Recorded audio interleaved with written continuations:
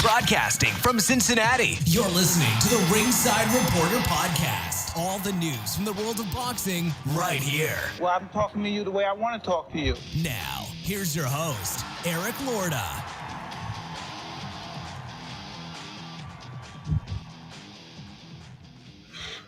And we are live. Welcome to the Ringside Reporter Show, where we talk about the latest boxing news. If it's related to boxing, we'll talk about it right here.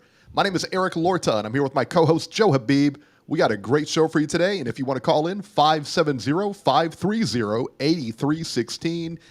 Let's get it started with DAZN. There was only a couple of fights really this weekend. I think just the one we're going to report on was on DAZN. Yeah, that one DAZN card. Yeah, not much though, man. 105 pounds, Beeb.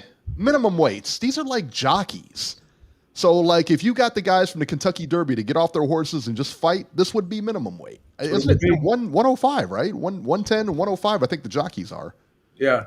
These guys are 105. 105. It's crazy, right? Collazo. Oscar Collazo versus Jayson Vayson. Collazo wins by a 7th-round TKO over Jayson Vayson. This is a pretty strange fight overall. I don't know... I haven't seen something like this too often. Yeah. Vayson, so Vayson was knocked down in the first round. Collazo, he clipped him in the first round, but the knockdown really was kind of questionable, man. It looked more like a trip. Now, it was like a cuffing, kind of like a cuffing shot. It didn't look it didn't look like a clean shot. It wasn't a sharp, clean, powerful shot. It was like a flash. Yeah, just like a cupping, almost like a pull or something like that. Almost like a push down, you know what I mean? Like, yeah, it was more like that because he tripped over his foot. You could see on the replay, he's tripping over his foot and everything. Yeah, it was a questionable knockdown. Once we looked at it on the replay, I was like, yeah, I don't know that that's a knockdown. When you're watching it in real time, it kind of looked like either a knockdown or something like that. It didn't look like a real clean knockdown, but the referee's in there. I got it, man. That's a tough one to call. It really is. That is a really tough one because he did go down because of a punch. Yeah. You know? So I get it, man. I get it. So, there was ruled a knockdown. I didn't like it, but whatever, So they keep fighting and everything. And in the 7th round, for no apparent reason, Vayson's corner got up on the apron and stopped the fight. He wasn't in trouble at the point. He wasn't taking. Listen, he was losing the fight. All right, he was losing the fight, like 1 or 2 rounds. All judges had him winning like 1 round. Yeah, he was losing the fight, but he was competitive. This wasn't. I would say he was competitive. He was offering up resistance. He was trying to win. I'll tell you, if it was my fighter, I don't know that I would have stopped the fight. Yeah, I mean, Collazo. He got buzzed a couple times. He got hurt to the body. You know what I mean? Yeah, I mean, he like I said, the guy was trying to win. He was trying to fight. He was trying to win. Yeah. I don't understand. Like that, they just stopped the fight. He wasn't, I get he was losing the fight. Yeah. But he wasn't really in a spot to stop that fight. Well, I'm wondering, based on the angle that they had, seeing him up against the ropes like that, and maybe Collazo's back was blocking them, and they're just seeing him up against the ropes kind of moving like that. Yeah. And they couldn't see if he was answering back or not. So maybe they thought he was getting hit with shots that he probably wasn't. They couldn't see everything that was being thrown at him by Collazo. So who knows? Who knows what was going through their mind? I don't know, man. And again, but it was his corner's decision. They thought he was taking too much punishment or whatever. Listen, Vayson only won 1 or 2 rounds in the fight, according to the judges. Yeah. Look, but again, he was competitive, and it did look fishy. I got to be honest. It didn't. Tell me it didn't look fishy. I mean, the guy. It was without question. It was. You have no argument for me on that one. We talked about it. Well, we talked about it beforehand, and we couldn't find the over/under for that fight. But I'd be real curious what the over/under for that fight was. The thing is, with fights like that aren't like high-profile fights, sometimes they don't even have lines like over/under for them. Sometimes they'll just do prop bets like stoppage, decision. Yeah. But I didn't even look at the line. I know what the line is now because you can go back and look at the line, but you can't. I can't go back. Can't do the prop bets. You can't find the prop bets. Yeah. That makes sense. The prop bets. Yeah, but I'd be real curious to see what the over/under on that was. Yeah. And if it was like 8 rounds or something like that, because he stopped it like a minute and a half. An investigation. I want some retribution. I want to know what happened. All right. I'll tell you what, if I bet on that fight, like, oh man, can you imagine? You know, if I bet a distance fight or I bet it going over under or whatever, and he does that nonsense. Yeah, most people were picking Collazo by knockout, and they were saying it wasn't going to go past like 7 or 8 rounds. So, yeah, well, there you go. There was the money right there. You know, yeah, but Collazo looked good. He looked good to me, but like I said, man, it's hard to tell when they stopped it like that. You know, he was going to win. He was on track to win the fight. Oh yeah, but like I said, man, Vayson was in there. He was a live dog in there, man. Yeah, he was fighting. He was fighting back. He was landing punches every now and then. You know, he was pressing. Yeah, I thought he did pretty well. Yeah, I thought he did pretty well. And that was it. That was it on the DAZN card. There was no other fights. Whoa. What are you talking about? What? Don't disrespect Gabriela Fondora. Come on. Oh, stop it. You talking about those chicks fighting? Please. Come on, son.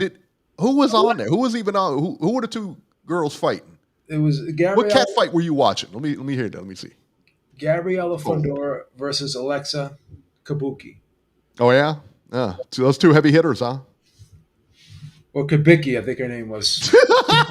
I don't know too much about her, man. Alexis Kabuki. Ring IQ knows fighting. Ring IQ knows all these female fighters, man. You don't even know who she was fighting, son. Listen.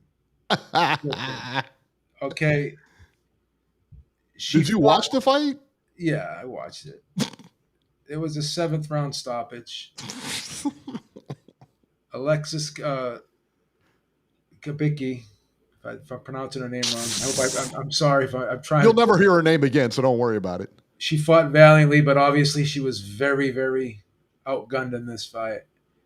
And shout out to Fondora. She is the undisputed champ at flyweight. We got to give her props.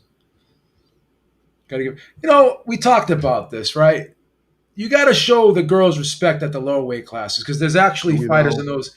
There's actually fighters in those divisions. Like the UFC does it right. They have strawweight, they have flyweight, they have bantamweight and featherweight. They have 4 divisions, right? And 45 is the highest weight class for the UFC. Because once you start going even into the middleweight divisions in boxing, there's not too many women that are in those divisions because most athletic women are 120 pounds or in between 125 and 145 pounds.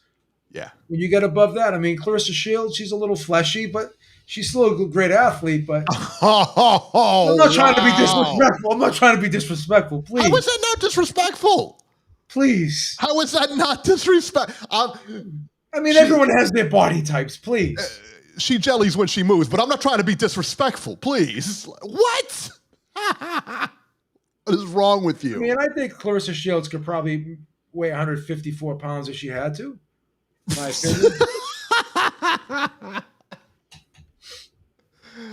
Oh my gosh. No, but don't you agree that the UFC's got it right? They just have the 4 divisions. Why is that? Okay, so let me ask you a question. Why is it that I can watch women's UFC, right? I can watch 2 girls fight in the UFC, but I just don't like to watch it in boxing? Well, because you'll watch the lighter weight classes, but once it gets to the higher weight classes, it's because it's not as competitive because you don't have the people in there. Yeah, well, didn't Gabby Garcia? You remember Gabby Garcia, and she was an MMA fighter, but she was like a heavyweight, I think. But I don't think there was that many. She didn't. Well, the UFC that many people there. I don't know what organization in the division anyway. Yeah, but the UFC, they did it right. You know what I mean? It was definitely not in the UFC. Yeah, but to see how the UFC let's get that down. Let's get that. Please. So the UFC does it right though because they realize that once you go above 145, you're not going to find many female athletes. Yeah, I get that. And I totally get that. Well, even what was it? Who's the girl from Middletown, from Ohio? The new one coming up. You know who I'm talking about? The judo girl. Kayla Harrison. Yeah. All right, so Kayla Harrison, I think, was coming out of there weighing like 160 to 180, somewhere in there after the Olympics. And man, I mean, you should see her now. I mean, she is like really trimmed down, Yeah, she looks because good. they have to, and Ronda Rousey was the same. If you look at her, like her Olympic photo and like a photo of her when she was, she's like in her element of the UFC. I think she was like insane.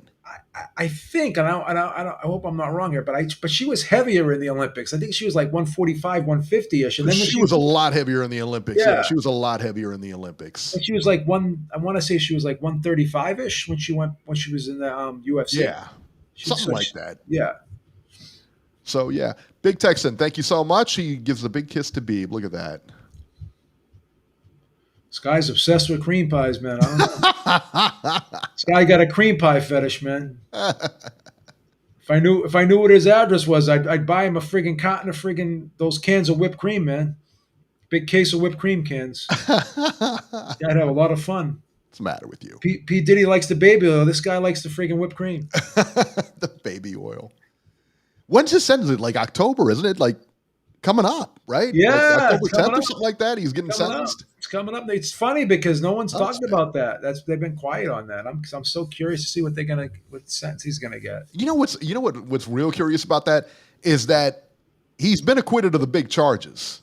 Yeah. Now he could still get 10 years from those other charges, right? Yeah. He can still get 10 years from those. He could do whatever they want. But I'm thinking they didn't let him out. My guess is he's gonna be time served and then he's done. I was thinking the same thing, Eric. That's why they didn't let him out now. Like that's what I think anyway. I was thinking the same thing, Eric. He may have time served. Because if you look at the sentencing on that, a lot of times people don't even do time for that. You know? So there we go. And that was pretty much it. Did who was the two girls fighting? Fondora and all right, Fondora won though. Yeah, she won by knockout. It was. Don't worry about her opponent. Like I said, you'll never hear from her again. Kubicki, I believe I can tell you. You don't even know what her name. You don't even know what her name is. I'm trying to show us some respect, man. It's trifling. Ring IQ is the female boxing aficionado here on YouTube. Ring IQ, not me. I know the big names. I know Gabby. Gabby's a great fighter. Gabby, like you're on a first name basis with her. Come on, show us some respect. I mean, you can at least call her by her nickname. It doesn't have to be so formal. Hey guys, if you like what we're doing, make sure to like and subscribe to the channel. Beeb did an interview. Who did you do an interview with the other day? Felix Trinidad's cousin. Yeah, Joey Barrero. Yeah. He resembles Trinidad too, doesn't he? Yeah, you know what's funny? Really if you listen to that interview, he didn't want to use the Trinidad name because he wanted to start off and do it on his own merit, right? I respect that. Yeah. But now he's got 13 fights. Now he's saying, I'm going to start using my cousin. He calls him his uncle because he's a lot older than him. But you know how you have like cousins that are a lot older than you sometimes. Yep. And Freza Kendo is another one of his cousins, and he trains with them now too. So he's wow. Yeah, so he's helping him out. And he was telling me he lives like 6 months in Puerto Rico and lives 6 months in the United States. So that's awesome. Man. Yeah, it's a very interesting story. I was very impressed with just the storytelling that he was able to give me. He gave me a lot of good stories, and I was very impressed with that. I was happy to have him. I wasn't sure what to expect sometimes when you interview people that you don't really know that aren't big names. You never know what you're going to get, but it turned out to be a really, really good interview.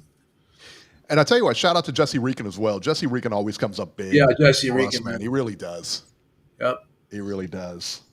Hey, everybody in the chat, hit the motherfucking like button. All right, let's go to the upcoming fights. September 27th in Lithuania. Imantas Stanionis versus Jabalani Mackenzie.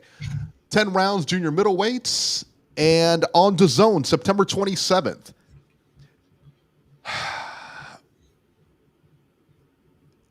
I think that's a... No. Let's see here. Give me a second here. This is for the IB on DAZN from Montreal. Sol Kudos versus Kim Clavel. 10 rounds for Kudos IBF women's strawweight title. Who cares? That's it. That's it for next week. Yeah, September 27th. Yeah, that's it. That's it. Mm-hmm. Wow. And we don't have anything really big until October 11th, and that's the Boots Ennis. Ennis and Lima. Yeah. Ennis and Lima. Wow, that's so sad. That's so That's sad. it. We waited all this time. For the big Crawford fight, and now it's over. Now it's done. Now we're back to square one. Feels like. All right, let's talk about the news and rumors here. So the big news this week, B, was Canelo and Crawford did about 41 million views on Netflix.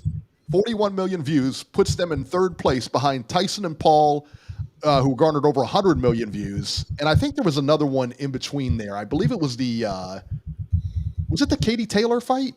I think that had like 70 million or something like that. Oh, Katie Taylor. The Katie Taylor fight. It was on the undercard of the Tyson fight. Yeah. That was the Mike Tyson Jake Paul fight. They had the Katie Taylor fight underneath it. But see, to me, that's like, and not to take anything away from that, no, but it was on the same card. Well, so I don't really view that as you know what I'm saying? The third Katie Taylor Amanda Serrano fight was on Netflix as well, and they did 6 million views, which is respectable for a female card, right? That main event, right?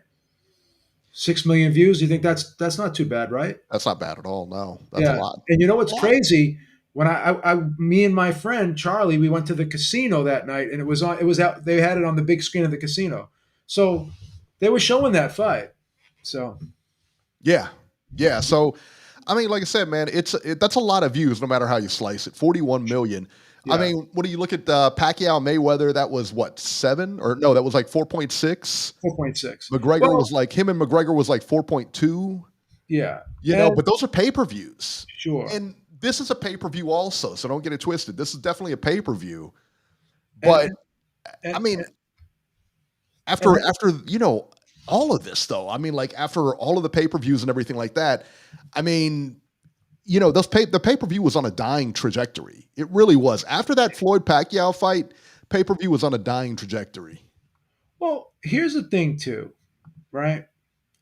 Everybody says that it doesn't matter what the fans think, what the fans say. But over these last 5 years or so, the fans have spoken and they stopped buying the pay-per-views.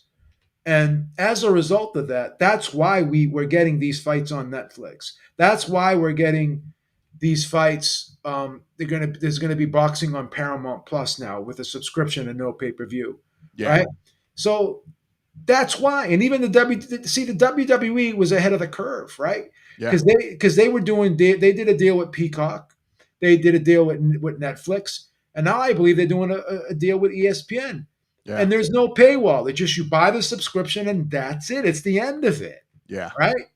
So the fans did have an impact on this, right? A lot of times people say, "Oh, shut up. It doesn't matter what you think. They don't listen to you." Well, I'll tell you what. I'll tell you who listens to us. The market listens to us because we're the ones that are paying or not paying in this instance, right? And PBC did not get the memo. I was just about to ask you that because PBC is going to have some bigger fights coming up. I know Charlo's coming back and everything like that. Yeah. That's going to be on pay-per-view, no? I mean, what else are they going to put about? Here's the good thing. Like David Benavidez is fighting on the Riyadh card, right? So I'm not sure if David Benavidez's fight is going to be on pay. I don't know. David Benavidez's fight with Anthony Yarde is not going to be on pay-per-view. No. So here's the bright spot. Because we're starting to see the PBC fighters now starting to fight on these ring cards and these Riyadh season cards. Yeah. So now, if PBC's smart, which I believe they are. Hopefully, I think they are. Smart. Yeah. They'll start doing more shows with Turkey, and there'll be less and less pay-per-views. Now, pay-per-view is not going to go away. Like for instance. I believe this Conor Benn Chris Eubank fight, if I'm not mistaken, is going to be on pay-per-view. I don't know if we have to buy. I think everyone's going to have to buy that. I think we're all going to have to. And the Fabio Wardley Joseph Parker fight is going to be pay-per-view, right? So that's another one. So there's still gonna be fights on pay-per-view that probably we can debate on whether they should or should not be on Yeah. pay-per-view. Those two fights I mentioned, for us, we shouldn't have to pay for UK fights. You know what I mean? Mm-hmm. We shouldn't have to pay for those. No Yeah. disrespect to the UK fans, but again, those guys are not mainstream. Like Conor Benn and Chris Eubank are not mainstream here in the United States. Neither is Joseph Parker. Neither is Fabio Wardley. Like, we know who they are because we watch the sport regularly. But if you want to, like, I'm going to say I was so proud going into work that following Monday after the Crawford Canelo fight because I told people to watch it because it was on Netflix. And about 5 or 6 of my coworkers watched it, right? Yeah. And I was proud because you know what they actually said? Because you don't usually hear casual fans say this. They said, wow, that Crawford guy is really skilled. He really outsmart. Like Terrence, I'm gonna geek out here and I'm gonna sound like a fanboy. Terrence Crawford and Canelo as well. He did, but Terrence Crawford really, I believe, put on such a virtuoso performance, and he gave us a little bit of everything. So if you're watching boxing for the first time, you saw it at its highest level, and from a skill aspect, it was a very, very entertaining fight, even though it wasn't Rock'em Sock'em Hagler Hearns. But you could see how Crawford was fighting and employing his game plan and his strategy. And people could really appreciate how gifted and skilled this guy is. And obviously, Canelo's a great fighter. I don't want to take anything away from him. But with Crawford, this was about Crawford more so for me because of how he fought and he just how he closed the show. So again, for all the people that say you have to be a knockout artist, it has to be Rock'em Sock'em Robots, it has to be Hagler Hearns, it has to be Gotti Ward. No, because the fans that watched that fight actually walked away saying this was an entertaining fight. This was a highly skilled, highly contested fight, fought at the highest level, and the fans actually appreciated the art of boxing. And I've never thought I'd hear a casual fan say that. Well, Never. it's Never. You think about it. It's almost like the pro wrestling equation. You take a little guy, and then you take a big bully, and then you put him in the ring, and the bully beats up the little guy, and then the little guy comes back, and then they're cheering for the little guy, and I think that's kind of what this fight really was, because Canelo was portrayed as a monster coming in here. Virtuoso, thank you so much. He said B was about to say Crawford outsmashed Canelo. I would never say he outsmashed him. Outsmashed him. I said he outsmarted him. Outsmarted. Yeah, you were going to say outsmashed. You guys, man. I mean, you got to be careful in this chat, all right? Because I got a great legal team, and I'm going to screenshot this stuff. We do have a very good legal team, Beeb. I'm going to screenshot this stuff because I'm getting tired of defamation. I'm getting tired of defamation in this chat. So, Beeb, let me. So I watched a video this week. Robert Garcia. And he was talking about that fight. And he said something pretty interesting here. He said that there was no one really pushing Canelo in that fight. And what he said was kind of like he trains himself. He said because in the training camp, like Canelo's running the training camp. He decides what happens when and what he's going to do next and all that other stuff. Whereas in a lot of it, the trainer runs the training camp. You know what I mean? And he was saying that like he doesn't think that they're really pushing him. And that's why when he gets into fights in the deep end, he doesn't really push, I mean, it's not a foregone conclusion, but you remember Chavez in the Meldrick Taylor fight? Yeah, we talked about that last week. Yeah. Right. And Chavez never stopped, man. He was throwing bombs from round one, bell to bell, up until the last minute. You know what I mean? He was throwing bombs at Taylor. And I didn't get that from Canelo. Well, and Eric, you made a good point about Reynoso. And normally I wouldn't agree with you because I always put the onus on the fighter. But I'll say this. When you looked at Crawford's corner, right around, I want to say the 9th round, Bomac said to him, he said, I think we're up, but guess what? We still got to close the show strong. And he was telling them, you got to close the show strong. Don't let up on this guy.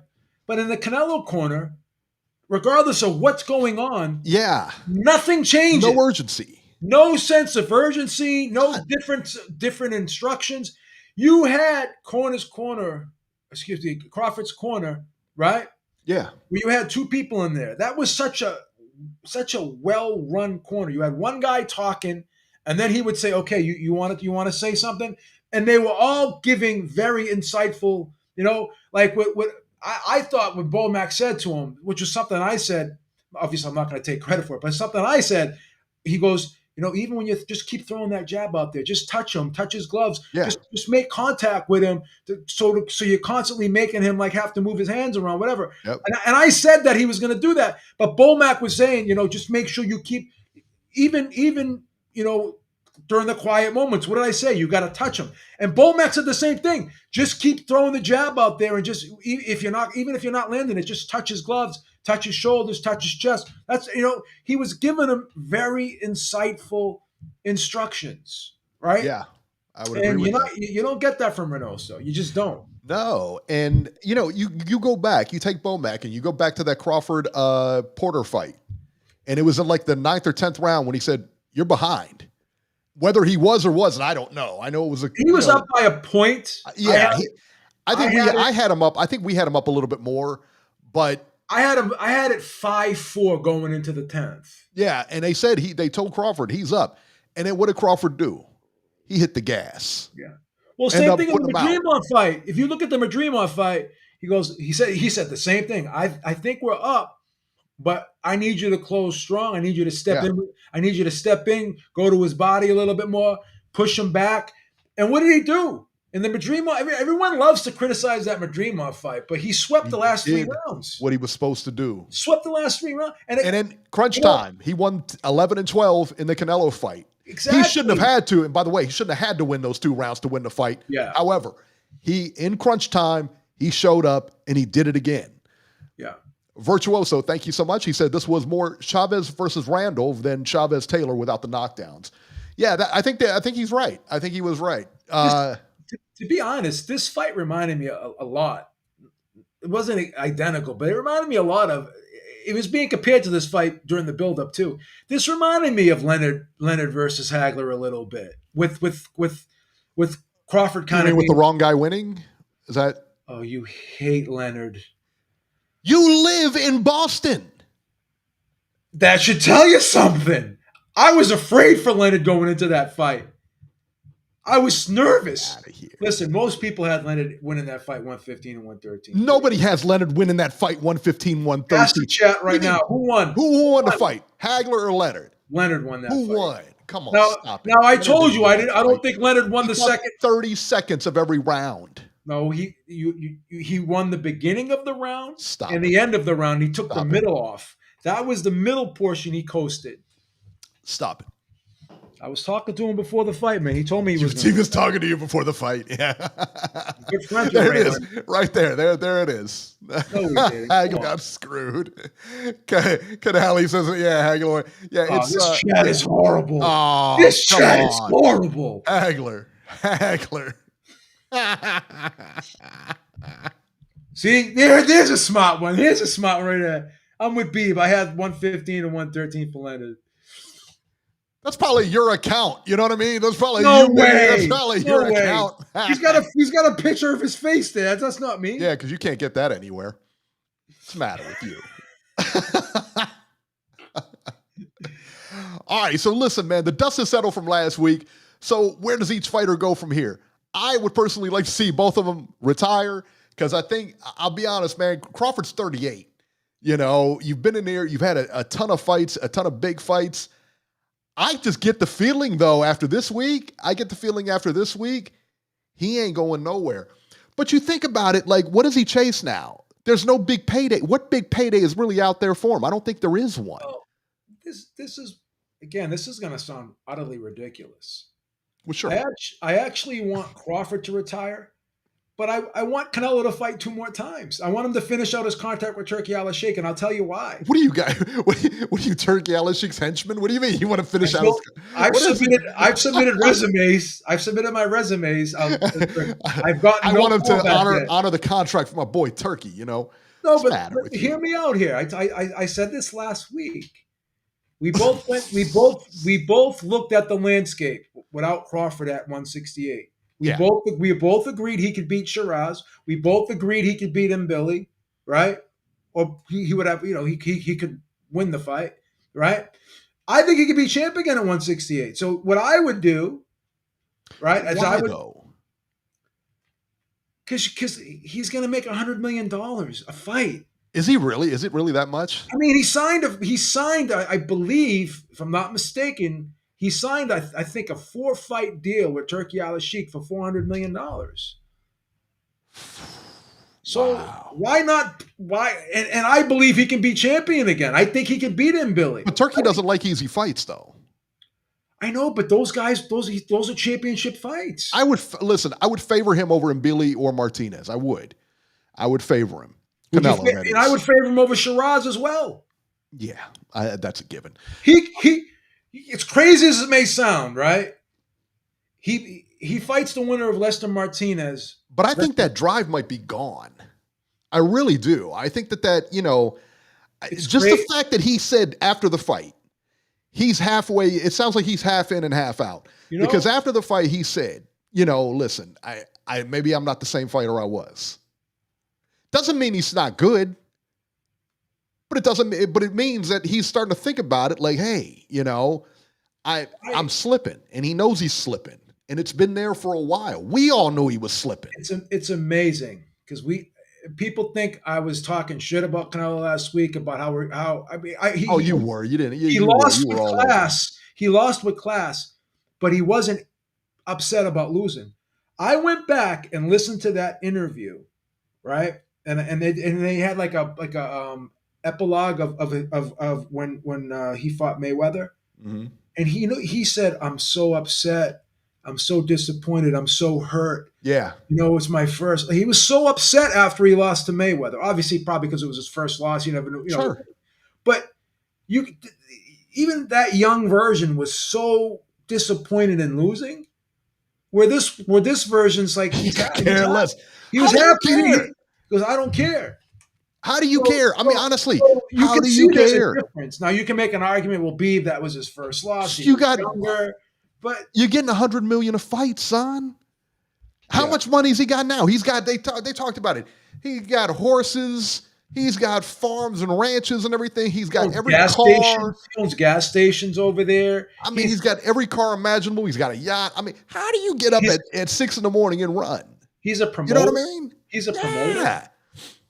And he's probably got a ton of businesses and everything like that. I mean, he's okay. His kids are going to be fine. That's how rich he is. He's not retiring, Eric. I don't know. I actually lean toward Canelo retiring and Crawford going forward than the other way around. But maybe they both go forward. I don't know. I would just, listen, man, I don't want to see anybody take unnecessary punishment because they need money. Yeah. Floyd Mayweather's fighting Mike Tyson. Clearly, he needs the money. I don't care how many, I don't care how many shots of a jet he pulls off or whatever, and him with the big $100 bills. Nobody wants to get hit in the face, all right, by Mike Tyson, right? Nobody.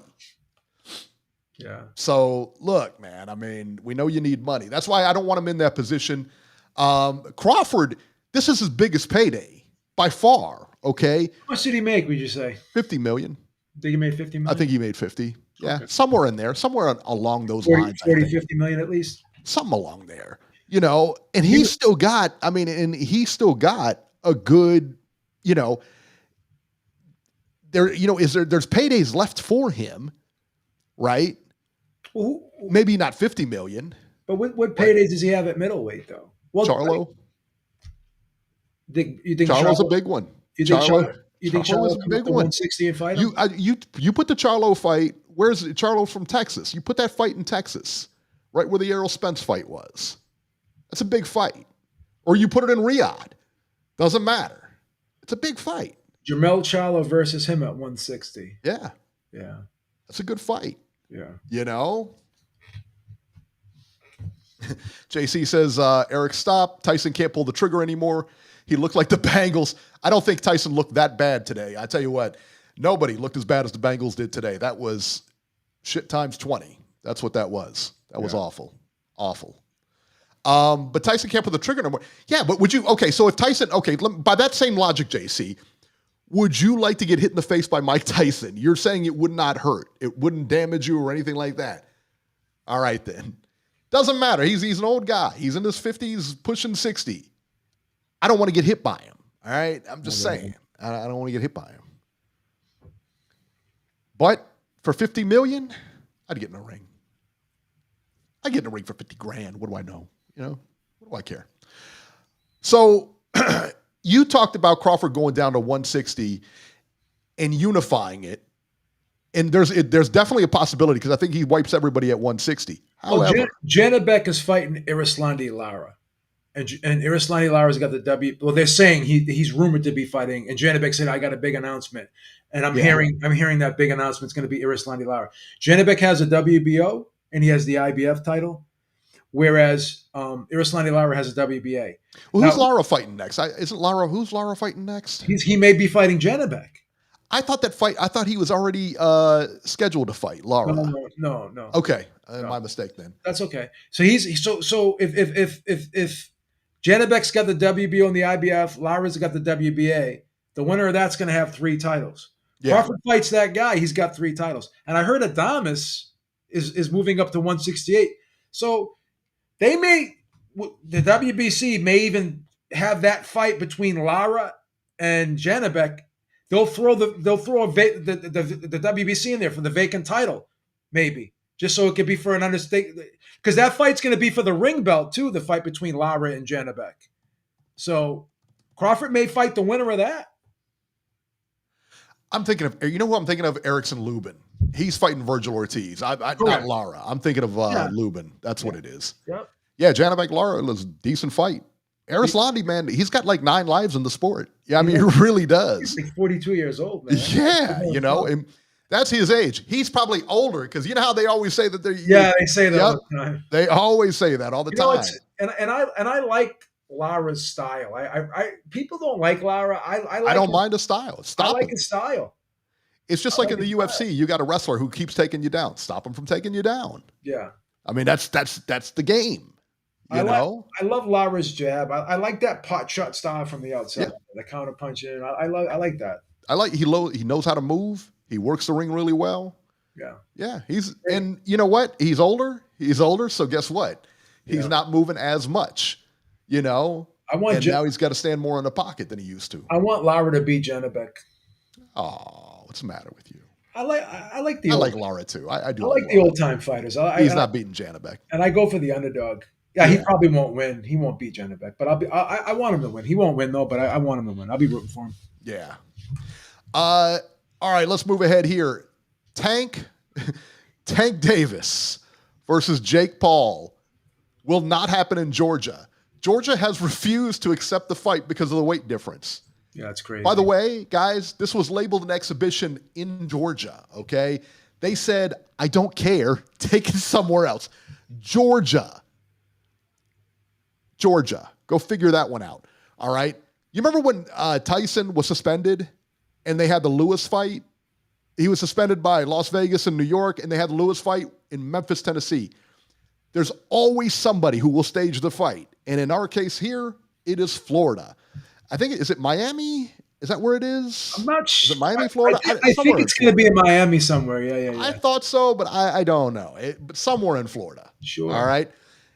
They will be wearing 16-ounce gloves. And this is an exhibition, which means they are not going to hurt each other.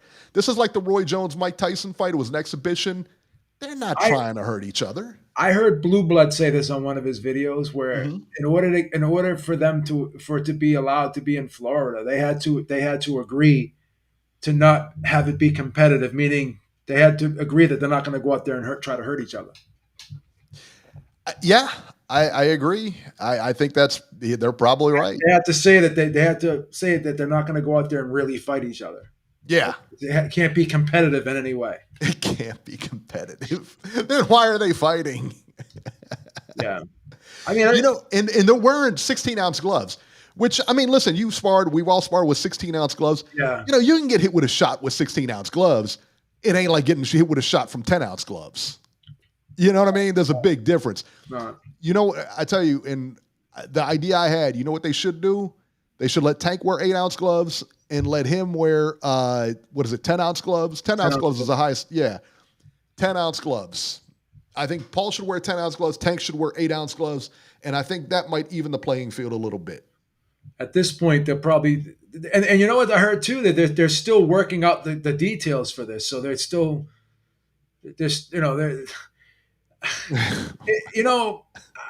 I'm not being a hater or nothing, but it's so ridiculous, this fight. Like, and no matter where you go, there's going to be concern about the size difference. So I just don't understand what they plan to accomplish here. Maybe they will get a lot of eyeballs. Like people, I don't. They will. And listen, man, it's a train wreck, right? I mean, let's face it, it's a train wreck. Yeah, I don't think it's going to do what Jake Paul did with Tyson, though. Because Tyson. No, I don't think so either. Tyson's a big name. Tyson, you put Tyson's name on anything, it sells. Tyson is like even though he's not fighting anymore, he's probably the most universally recognized fighter in the world still. Yeah.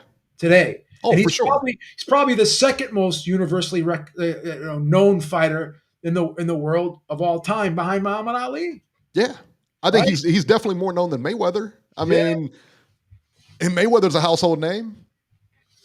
Yeah, you know, I think Sugar Ray. You got to have Sugar Ray Leonard in there for sure.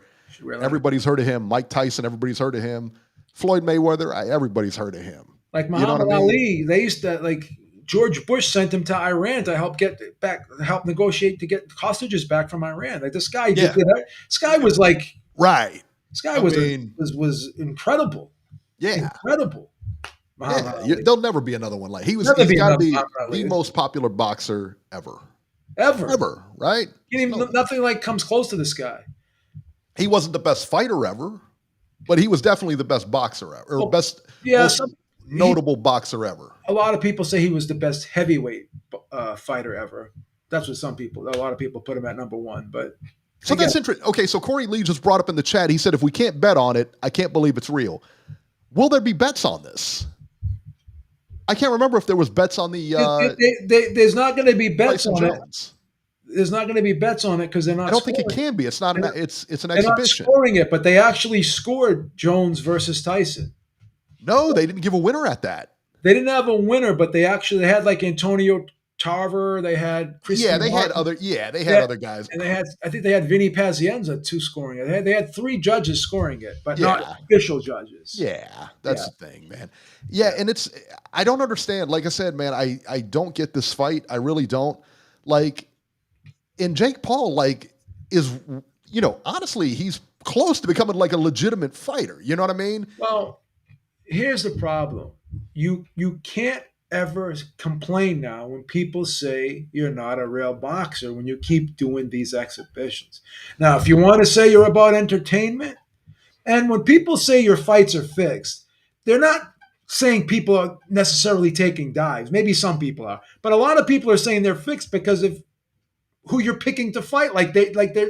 They're setup fights, basically. And then you want to get mad and you want to sue them and this and that. Like, you can't just take the money and run. Shut up.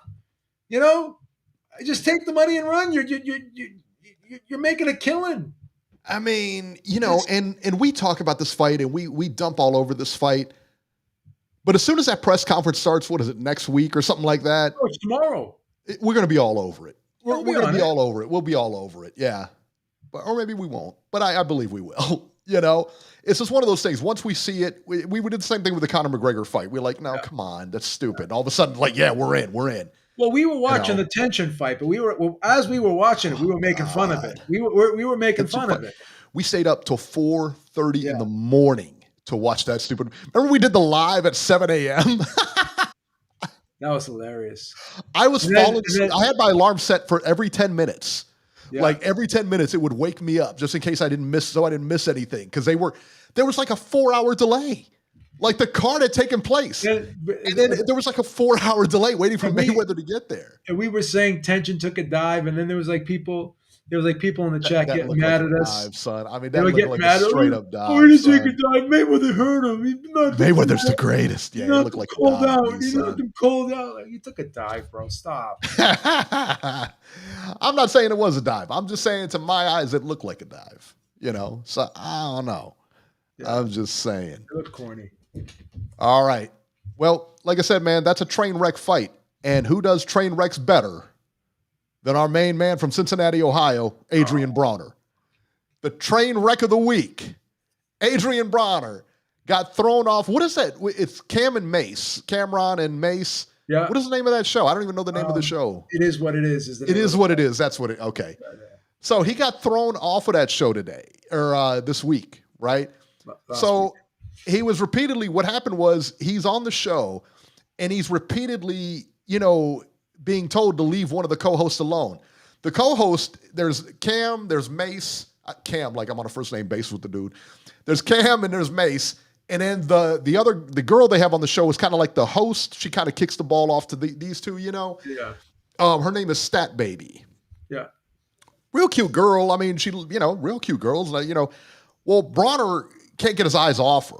I mean, Broner is, oh, Stat Baby, you look so much better on person and this and that and blah, blah, blah. You say that once. Okay. I get it. Her boyfriend was there too. Which made it even worse, I mean, it's bad enough that you're sitting there catcalling this girl right in front of her who clearly has no interest in him, and he's going on and on just constantly, oh, you look so good. We got to get together, this and that, and it was like, man, come on. And Cam had to stop the show a couple of times and say, look, man, you can't do this. On top of all this, while Broner's doing this, the one thing I didn't mention is that he appeared to be under the influence of something. Yeah, they knew. Right.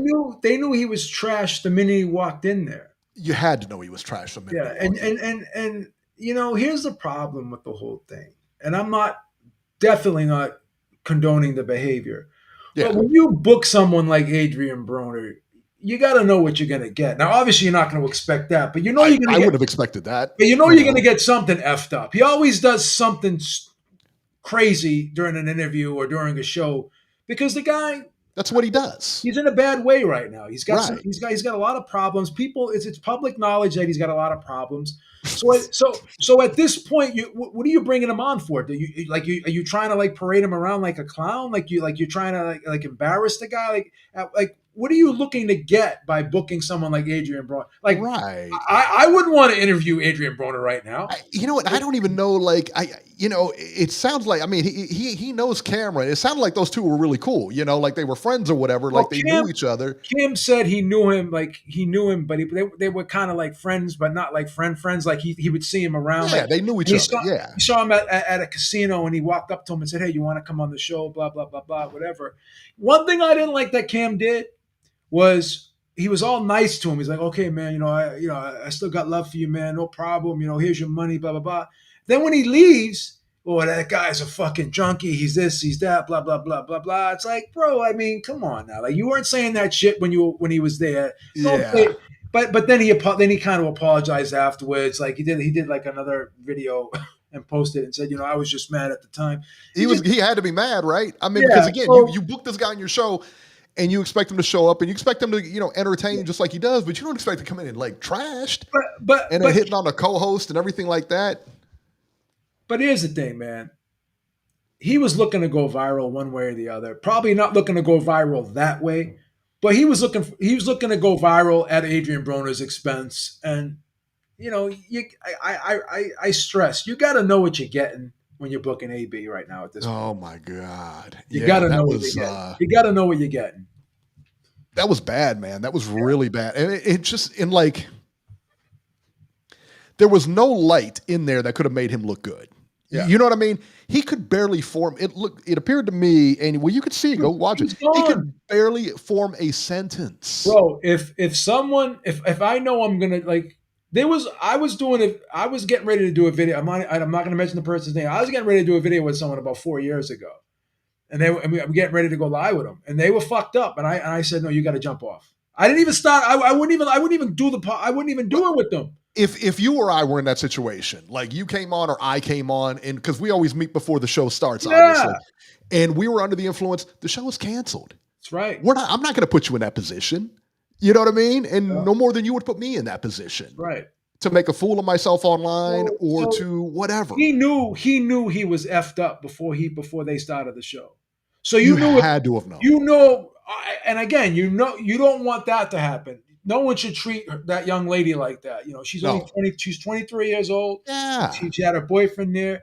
You know, she handled it very well. She was very classy about it. She was classy about it. She could have blew up at him. She didn't. And she had every right to. She had every right to. Every right to go off on him, but she didn't, right? And, you know, you don't expect that, but, you know, you got to expect something. Like some type of train wreck was going to transpire.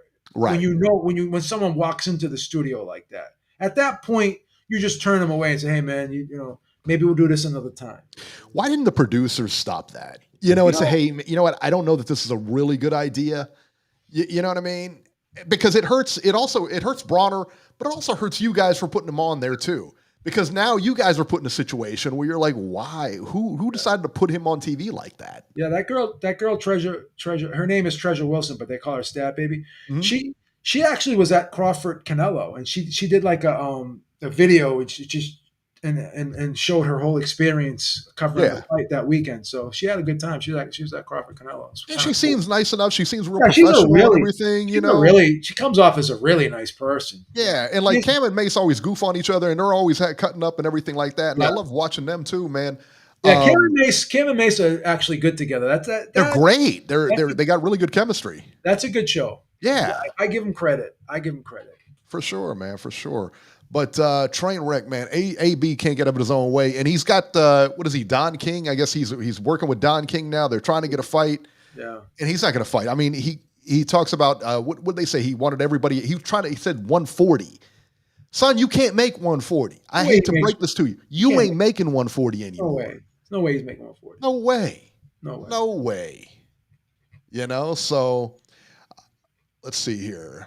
Let's bring on Robert. Robert, you're live. Hello, guys. How are you? Good. What? 41 million. Watch the Canelo Crawford fight, Robert. Yeah, no, that was a decent number. I thought it would be a little higher, but hey, that was a good number. And Netflix sent out a survey, and they asked their subscribers, "Would you like to see more boxing?" And I definitely put yes. You fill those out? So was it like a mailer? Yeah. No. In your email. In your email. They do it in your email. Robbie, I want to see a screenshot of that. I know how you like to tell fibs. Oh, Joe, come on. Can you forward? I'm going to never answer those. I want you to forward me that because I don't believe you. Do you ever answer those surveys, Beeb? I never do those. Not always. Most of the time, no. But every once in a while, I do. I'm not going to say I never answer them, but once in a while, I do. Yeah, I know. Not always. Not always. I don't answer most of them, but when they ask, "You want to see more fights?" I definitely said yes. Here we go. You know. Robbie sounds high. Cut his mic. Stupid. No, I'm not high. Believe me, I'm not into that kind of stuff. So besides, I had a very bad day in football today. So yeah, hey, tell me about it. What about the Bengals? Jesus, did you see that? Wow, that was awful. But my Raiders were almost as bad. Eric. I saw that too. They got killed by Washington. Yeah. Man, so, and Washington had a backup in there too. Yeah, and it was one of our former backups that we had a couple years ago. Who was it? Who was their backup? Mariota. Mariota, that's right, Mariota. Yeah, he torched him today. Yeah, he got his get back, that's for sure. It was awful. Yeah. And next week we play the Chicago Bears, so we'll see what happens with that. Nice. Yeah, the Bears are looking good. I don't know if they're winning today, but they were looking good today. They're beating up on the Cowboys. Shock. So, you know. Yep. Robert, but as far as boxing goes, guys, Terrence Crawford he said he's going to continue, and he is, And he also said he's looking at middleweight. He says, right now, the three guys that have the titles at middleweight, they all look very good to me. I'd like to fight them all. He never said that. He said he was going to drop down the middleweight. He always has to add his. Why He always has to you add got to things criticize in. him? Why you got to criticize him? Always every has time to he add calls things in. I can't stand how he takes this. Listen to me, man. What's the matter with you? He editorializes everything. wrong with Just you? say it the way it is. Hey, Just say it the way give it me a is. break, Joe. I'm I tired say of things. it. I say I'm things. tired of it. I'm tired of it. I'm going to start I calling swear, you Eric, I think I'm going to he's start voicing calling you that kind of clickbait Robbie instead of Ringside Robert. Clickbait Robert instead of Ringside Robert. Clickbait Robert. What's No, That's give your me new name. give me a That's break, your new Joe. name. I'm not going to pay attention to that. What do you think about the Jake Paul fight being moved from Georgia to Florida and using 16-ounce gloves? First of all, Eric, I wish it wasn't happening. But I honestly think that there's going to be enough people interested in watching it. And look, I hope they put a real undercard underneath it so it's not full of exhibitions. Nah, it's going to be exhibition cards. Yeah, I'm not happy about it. He should be fighting Lamont Roach.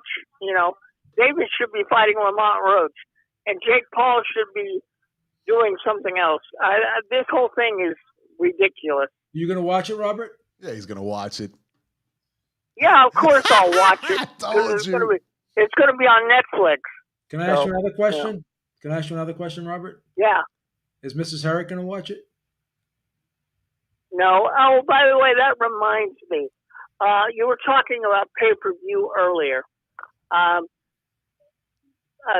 only is the Joseph Parker Wardley fight going to be a pay-per-view, and the Conor Ben Chris Eubank going to be a pay-per-view, but Keith Thurman and Sebastian Fondora are also I think fighting that's going to be a October pay-per-view. Yeah. Yeah, but the David Benavidez don't care. The David Benavidez fight's not pay-per-view, Robert. I heard.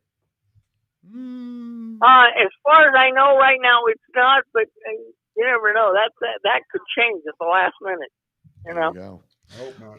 All right, Robert, I want to put you back in the queue. Get rid of him. Give him the hook. All right, let's round it up here. Devin Haney sues his ex-fiancée. Beep, help me out with this, right? Help me out with this. Devin Haney is taking his former fiancée to court after accusing her of refusing to return $350,000 worth of luxury gifts he says were tied to their now canceled wedding.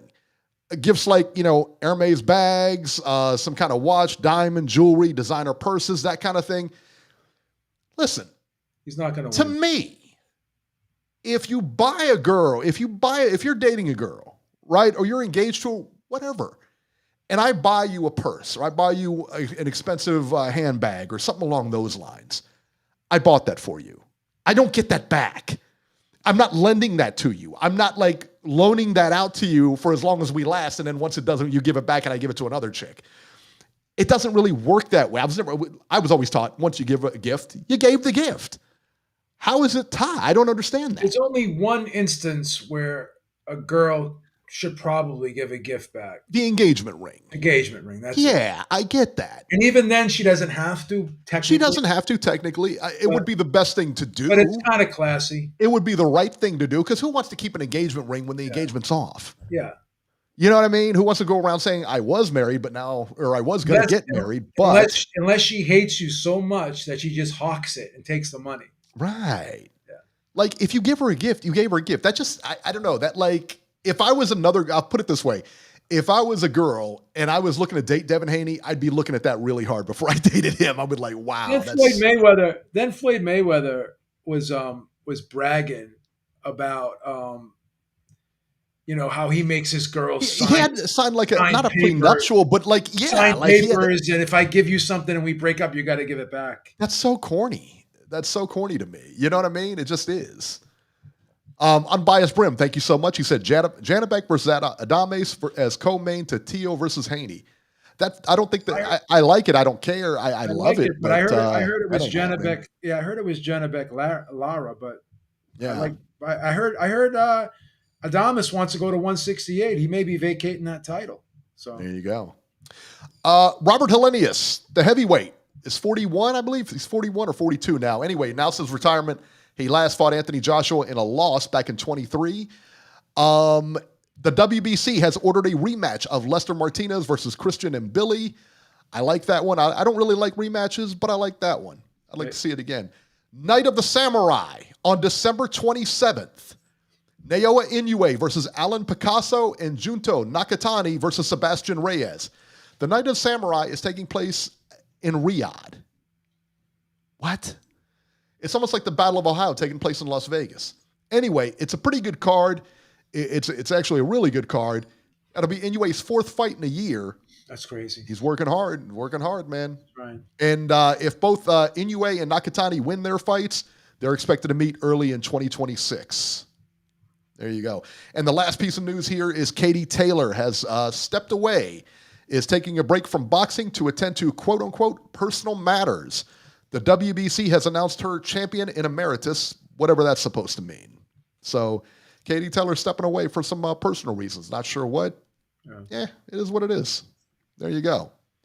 Guys, that'll do it for this edition of Ringside Reporter. As always, you can catch Joe Habib on X at jhabib1. Find our YouTube channel at ringsidereporter.com, and you can find me on X at ringside73. And guys, we will see you next week.